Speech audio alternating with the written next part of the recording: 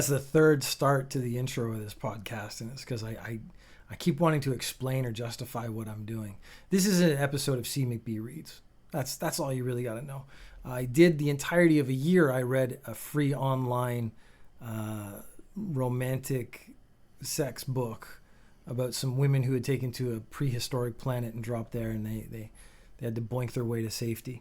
And it was good, but I actually found that reading an entire book, my commentary fell off because there was just less to say. The author had their quibbles and traits and odd things, and I'd made fun of them, and then it came up in another chapter. I'd just make fun of the same thing again. So I realized like the sheer length of a whole book is a problem. And it's like, well, I could read articles and stuff, and I've done that in the past. I want to make it so that, there's a variety that's interesting, stuff that's interesting to me, interesting to the audience. If you have something you would like me to read, send an email to chunkmcbeefchest@gmail.com, or you can send a message, a voice message to speakpipe.com/chunkmcbeefchest. Every social media platform I've probably tried to claim ChunkmcBeefchest, and they all have message systems and stuff. So if you just search for a ChunkmcBeefchest, there's a good chance there's me. There is another podcast called CMcB, and it was like the Military College of Brazil. Maybe it was Columbia Military College of Brazil, something like that. So I was going to try to start beef with them just because we got to decide who actually owns the name. But then I realized maybe starting beef with a literal military organization isn't my best idea I've ever had. Which brings us to fake blood, which is what we're talking about today, because I read an article about the history of fake blood, and I found it really interesting. And I thought, hey, if you listen to my stuff, I just assume the stuff that I find interesting, you would find vaguely interesting. So in 1897, there was a Parisian theater called the Grand Guignol. Guignoc. Guignol. Oh no, Guignol. Guignol. My writing's very poor. I made my notes very quickly. Le Grand Guignol. And they put on plays. They put on horror plays. I was like, I've seen horror movies. I've actually never seen horror plays. I've seen a few plays. I wouldn't say I'm like someone who goes to plays. I'm trying to think of the plays. I've gone to a bunch of high schools plays with my friends were in. I actually did a couple. I was really bad at it. I went to the Chinese opera, which was a really interesting experience because the way they did it is they had the Chinese opera on the stage, and then up they had this big monitor, and it had the subtitles, but they were above, so they were like super titles. It was mostly singing, and so this guy gave like a 5-minute song, and it was clearly supposed to be inspirational to his soldiers and whatnot. And then the translation was "Let's go to war." I was like, I think we've missed a few subtleties in that translation, but I enjoyed it. But most plays, they're dramas. The only one I've ever cared about is Waiting for Godot, and that's because I read it, and then I saw the Katie Lang video and the Constant Craving video, and that just reaffirmed my love for that play. I think because it was only like 5 minutes, I didn't have to actually go see it. Reading it was good. I don't know if I actually want to see this stuff. So maybe I'm not like a play-oriented kind of guy, but a horror play would bring me in. I would love to go see a live performance of a horror story. They had their own secret recipe for blood. So of course, being a horror thing, people got stabbed or there was wounds and stuff. So they had their own secret recipe, and they think it was pigment, so make it red, and glycerol, which I assume is just like a gelish stuff. Anyways, so this became like, okay, we have to make blood if we're going to do horror stuff. Now, very soon they were maybe the most famous, and it seems like the first iteration of fake blood as like a thing you made for your performance was that Le Grand Guignol. Then movies came along, and movies are where horror as a genre became its own thing, like a real thing. Maybe that's it. Maybe live horror plays never became its own genre in a big enough way because the kind of people who go to plays maybe don't want to go see horror. I would really like to go see a horror play. I think that'd be really awesome. We had movies, black and white movies.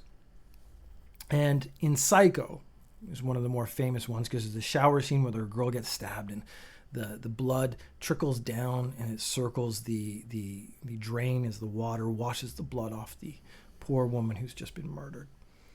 The problem is red blood actually didn't show up very well on screen. This is something I'd learned about, that you have to do stuff to make it show up. And so it was more about consistency and darkness than it was actually about looking realistic. So at that time, they used chocolate syrup because it had the sort of consistency they wanted. It had sort of the liquidity, and it was very sort of dark and vibrant looking and very shiny, and it showed up very well on screen. There was a 1968 movie called Night of the Living Dead. If you're into zombie movies, it's essentially the first zombie movie. They used Hershey's chocolate syrup for all the blood in that movie. So when the zombies are eating a person, they're actually just pouring chocolate syrup all over their mouth and going rah, rah, rah. So actually it would have tasted really good. So I mean, being an extra on that movie, being one of the zombie extras on that movie, not a terrible deal, because yeah, you're maybe covered in fake blood and stuff. That actually might be chocolate syrup, pretty easy to wash off. But then when you have to eat another person, you're just like basically licking chocolate syrup off someone, which is kind of cool. I was pretty down with that. Oh, and my thought was British people are always really like, Hershey's isn't real chocolate kind of stuff. So they might be really down on that. But Hershey's syrup and Hershey's chocolate bars are different flavors. Anyways, then we get to color. Color movies started, and then you had to be able to. Oh no, wait. Something else I learned about black and white movies. Again, it was contrast was important. Being able to see things on the black and white film was really important. So there's the very famous end of Seven Samurai, where they have a battle in the rain, and if you just have water pouring down from the sky in a black and white movie, it doesn't show up very well. The people look damp, but they don't look wet. It doesn't look like you can't see the rain running down their face. So what they did, if you watch that movie, it's a 3-hour movie, so you might not be too into it. It's a good movie though. They used essentially ink to make it rain, so that the rain would show up on screen. You could see the rain, but that meant also you could see it like drip down people's faces and stuff. So you could see the rain as an effect in the movie. So black and white movies, they had a whole different set of problems they had to deal with. It wasn't about like realism. It was about visibility in the medium of black and white film. Luckily, back then, they didn't probably have like EPA or environmental controls on films or any sort of ethics. So I'm assuming that whole area was just like sodden with ink and everything in that area died. But maybe we've learned a lesson since then. Now you can actually use water and it will have the effect, because you'll actually be able to see the water on the screen because our technology has come so far. But it's an interesting problem.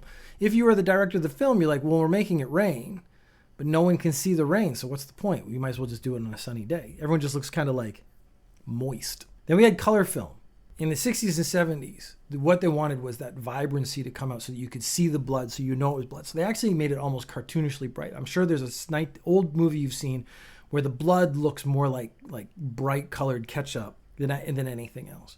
My coworkers and I at lunchtime have been watching Lone Wolf and Cub, the samurai movies, and they do some great slashes, and there's a big spray of blood that comes out when they do a slash. If that is not the right color, you actually wouldn't be able to see it on screen. It's the same problem as the previous problem with black and white movies. It has to be able to show up. So they use really bright blood, and it looks pretty good when it sprays, but when it actually like pools, when someone gets their like throat slashed and they're lying down, there's a pool of blood. When it pools, it looks really, really bad. It looks really, really fake. But it did make for some excellent blood sprays. In 1963, they made a movie called Blood Feast. And not only did the blood need to be recognizable as blood, because it was Blood Feast, they were going to be consuming a lot of the blood. So it had to also be edible. So they used a mixture of red dye and kaopectate, which is antacid and anti-diarrhea medicine. So everyone on that set who is, I assume, a cannibal of some sort. I actually haven't seen this movie. Now I'm vaguely interested in it because I know what the blood is made of. Everyone in this movie had a really settled stomach and maybe couldn't poop that day. What we want to get to is, how much fake blood are they using? Was one of the things, because there was amazing amounts of blood they actually used. In The Shining, there's that famous elevator scene. Now that blood is a little bright and liquidy, but it still worked. That was 300 gallons just for the elevator scene. That's like 8 liters of blood, for those of you who don't know metric. The Evil Dead in 2013, they used over 50,000 gallons, and that was just for one scene. Do you have any idea of the amount of gallons of blood you used in this thing? This thing being the movie. I know we ordered a truck the other day that was 50,000 gallons just for one scene. Is that the raining blood scene? So obviously the raining blood scene is going to use a lot. There's a couple of movies that have had rains of blood. I think the most famous one for me is in one of the Blade movies, probably the first one, where he goes to the vampire dance club and they're all dancing, and then the fire sprinklers turn on and it sprays blood over, and everyone's like, wow, wow, wow, I love my blood. I'd be interested to know what that was made of. We're going to get to a couple of recipes later, but I'll just finish this quote. Is that the raining blood scene? Yeah, that's a lot of blood. That's a thing where we're trying to measure, because sometimes we go over the top and there's a lot of blood and we go, But somebody joked, because the other day I said, okay, that was too much blood. And they all said, wow, that's the first time we've heard that so far. Usually I ask for more. There's always a tone that you have to hit right in horror. With the blood, you want to make sure that it makes sense all along. You choose one style, right? Like the way an arm bleeds when you cut, it could look so many different ways and not look in the style of the movie, right? We're kind of sometimes we're a little bit too Japanese, I would say. It's kind of that sharp flat, and we have It's kind of that sharp flat. We have some of that kind of stuff. I'm sorry, Mr. Alvarez is not making sense to me right now. It's kind of that sharp flat. We have some of that kind of stuff. I guess he's talking about maybe the color. The color is too sharp and maybe too flat, not textured enough. I mean, that's what I like, but yeah, it's pretty over the top sometimes. So the sheer volume means that the different mixtures of blood, that's actually going to affect cost. And they were saying 50,000 gallons, which again, that's like 10 liters of blood for one scene. And there's multiple scenes in the movie, and there's a lot more blood in the movie. So that's interesting. I did find part of the article I was reading actually had some actual recipes. So you could actually write this down, or if you're watching the video, just take a screenshot or something. So if you want to make some at home, you can actually do this. So Kensington Gore was the trademarked name. So this is trademarked, so it's out there in the world. You can actually find it yourself. The trademarked name for blood used in film and theater during the 1960s and 70s. So that's that probably really, really bright stuff I was talking about in samurai films. Today, it is often used as a generic term for stage blood. So there's the actual original trademark stuff, and then now, because it's so common, they just use it for fake blood. Kubrick specifically used Kensington Gore in The Shining. So the thing that the 300 gallons that flowed out of the elevator, that was this recipe. Golden syrup, which I assume is corn syrup. I'm actually not sure. Warm water. So again, so you can mix it. Food coloring, which is going to be the red, and cornstarch for adjusting opacity. I would have assumed cornstarch was for thickness, but they're saying like if it's too thin, you can see through it and it looks too wet. But if you want to make it so it's harder to see, thicker, it will mean it'll be less opaque, which is pretty interesting. Kensington Gore really set the standard for fake blood made with a sugary syrup base with food dye. But if we're going to talk about fake blood, we have to talk about Dick Smith, because his do-it-yourself recipe, while technically poisonous, is one of the most famous. So, yeah, in, what was the movie? Blood Feast, the fake blood had to be edible because the actors were going to be expected to eat it. In Night of the Living Dead, they used chocolate syrup, which meant that when the zombies were eating the people, it was actually quite delicious and very safe. The one where it's the anti-diarrhea medicine, maybe too much of that would have been pretty bad for you. I bet it would have worked its way through eventually, but you might have been pretty backed up for a while. Smith, known as the godfather of makeup, was an American special makeup effects artist, best known for his work on the famous films such as The Godfather, 1972, The Exorcist, 1973, and Taxi Driver, 1976. He put his own twist on the syrup-based blood with the addition of methylparaben, a preservative.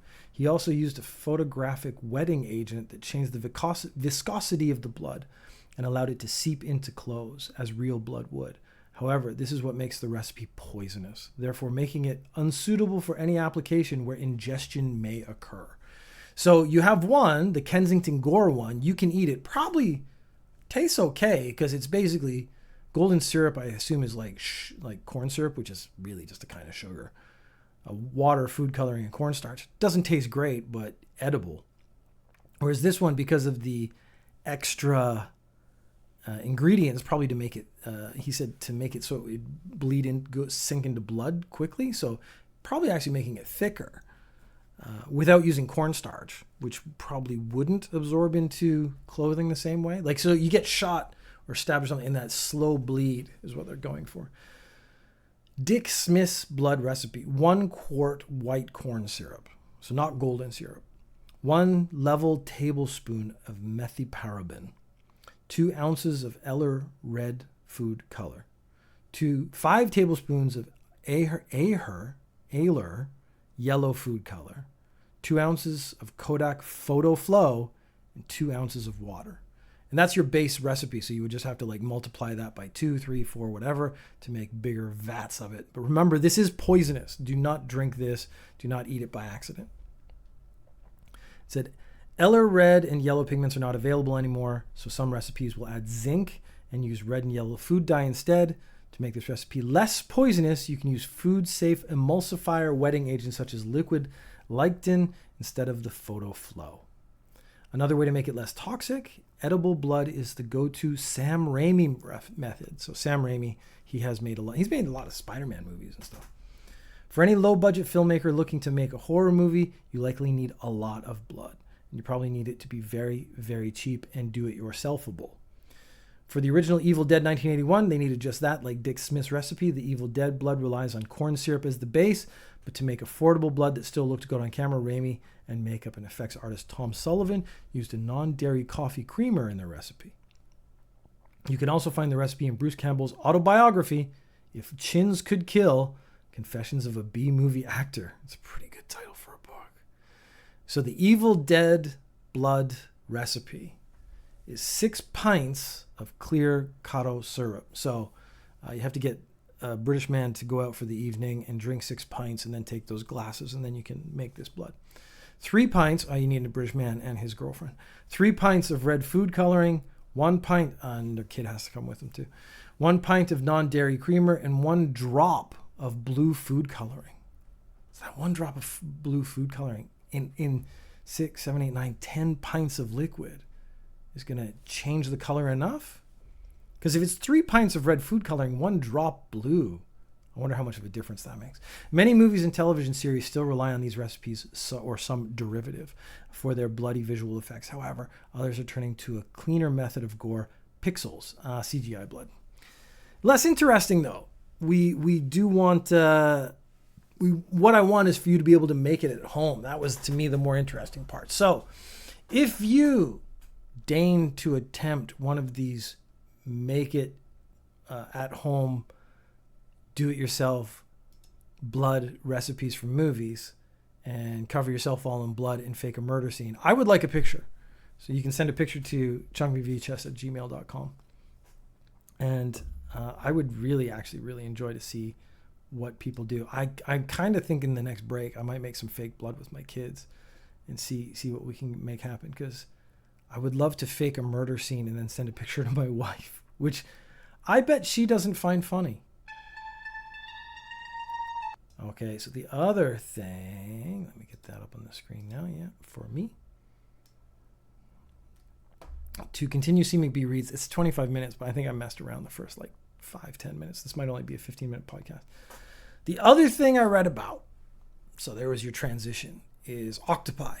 Now, the first thing I'm going to have to address is the usage of the term, the plural, octopuses versus octopi. Now, very technically, grammatically, octopuses is correct. But if you use octopuses and correct people on their usage of octopi, you need to realize that you're not fun and no one really enjoys being around you. And you might argue, yes, people do enjoy being around me. You're incorrect. People tolerate you. They exist in your vicinity, but they are not enjoying that experience.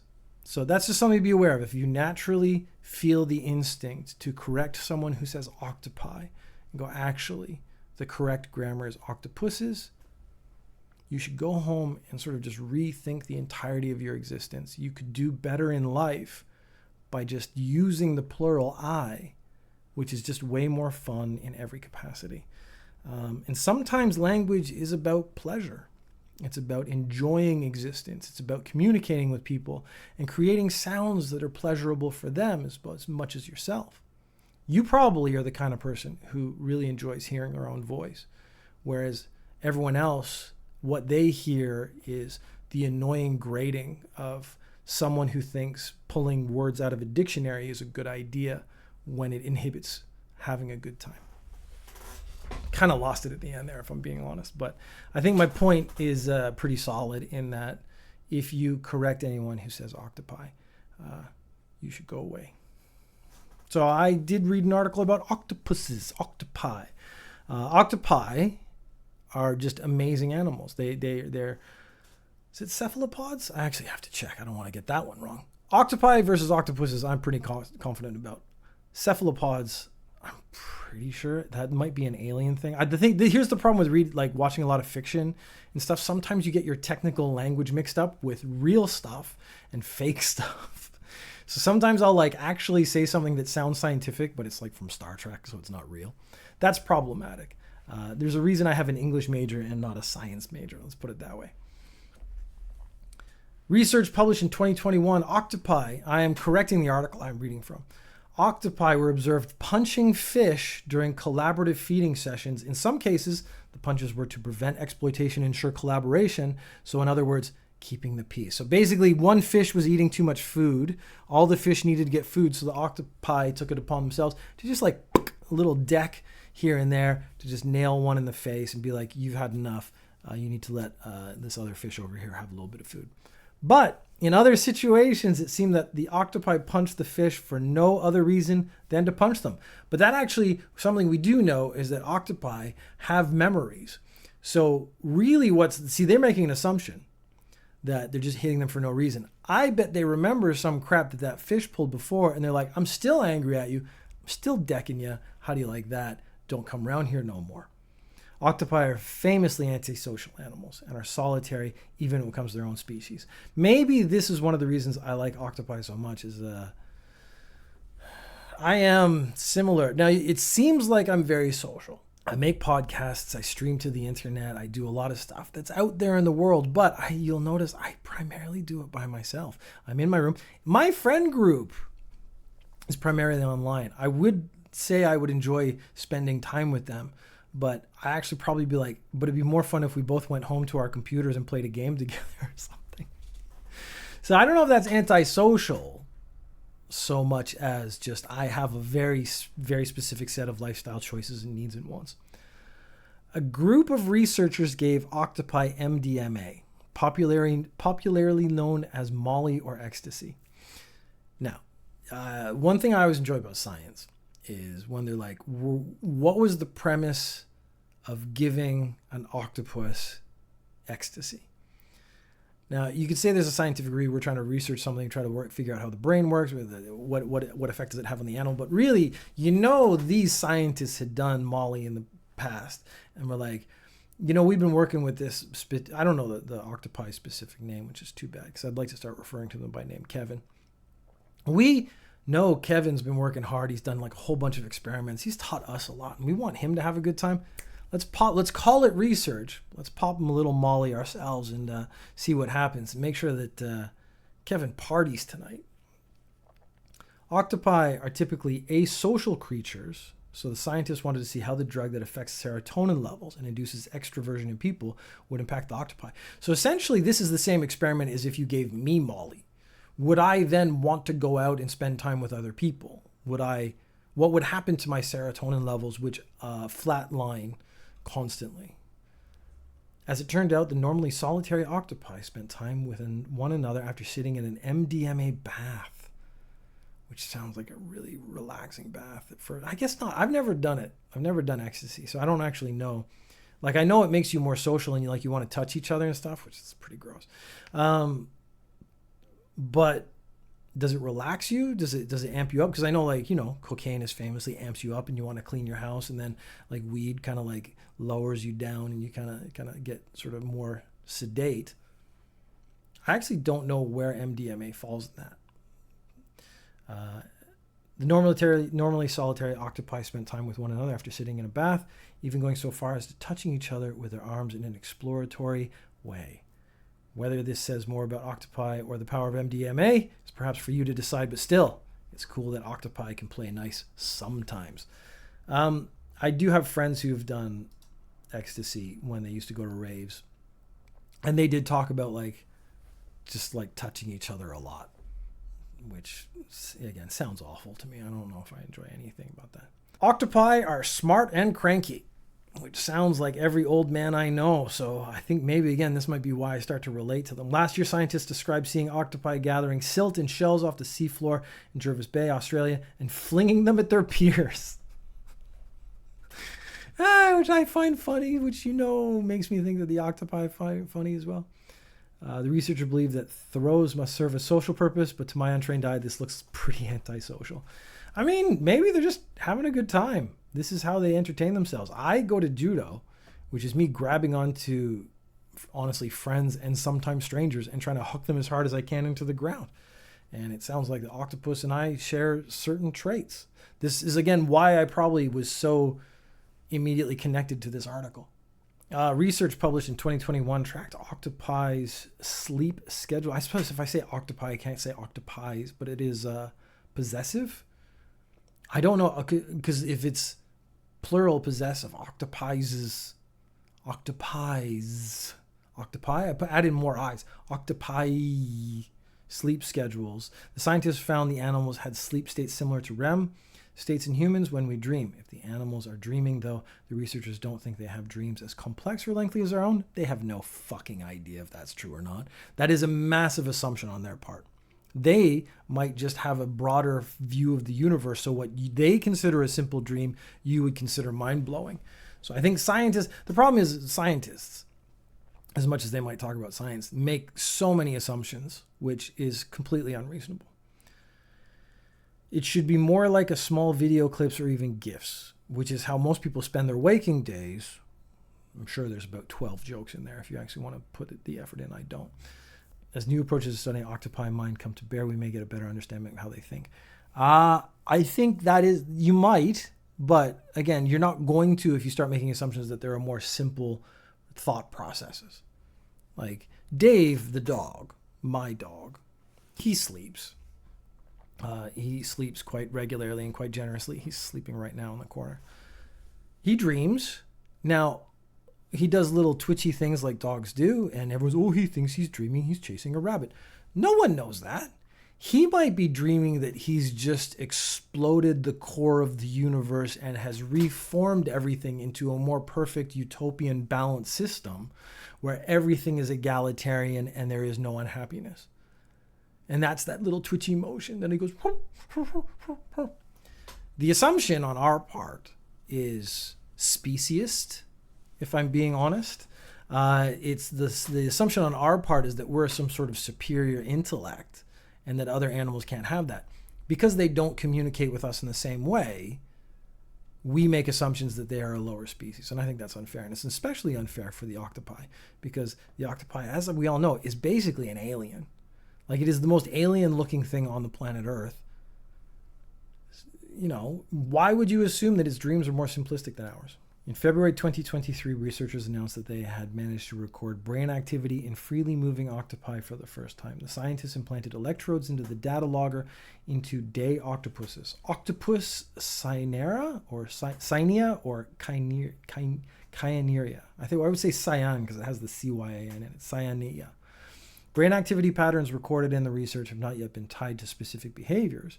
And again, maybe we don't understand the relationship because they're so alien to us.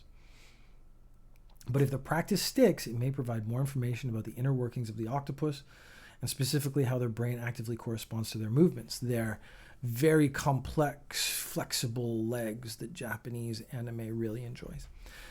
There are ethical questions here, as in the case whenever devices are inserted into animals that cannot express consent. but inserting devices in animals for science is arguably better than frying and eating them and persuade. That's a non-equivalency, if I'm being honest. Yeah, that actually just threw me. The writer just started to throw in their opinion. I was thinking about, they used to think that babies don't feel pain, so they used to do like surgery on babies and stuff without any anesthetic, which is terrifying if you think about it. So what can we actually take away from the Octopii study? And really what I take away from it is that scientists make too many assumptions, and those assumptions are bad science. And what the octopi have taught us more than anything else is that if you want to do science, you have to do science properly, which means don't assume that because a species is different, that species is a lower capability intellectually, that their dreams are... I'm really stuck on the dreams thing. You can tell. I actually want to just conclude by saying, like, scientists made the wrong assumption because they made an assumption where, realistically speaking, there's no way to know one way or the other. And anytime you see scientists assume or someone assumes, you can just immediately should be thinking, that's bad science.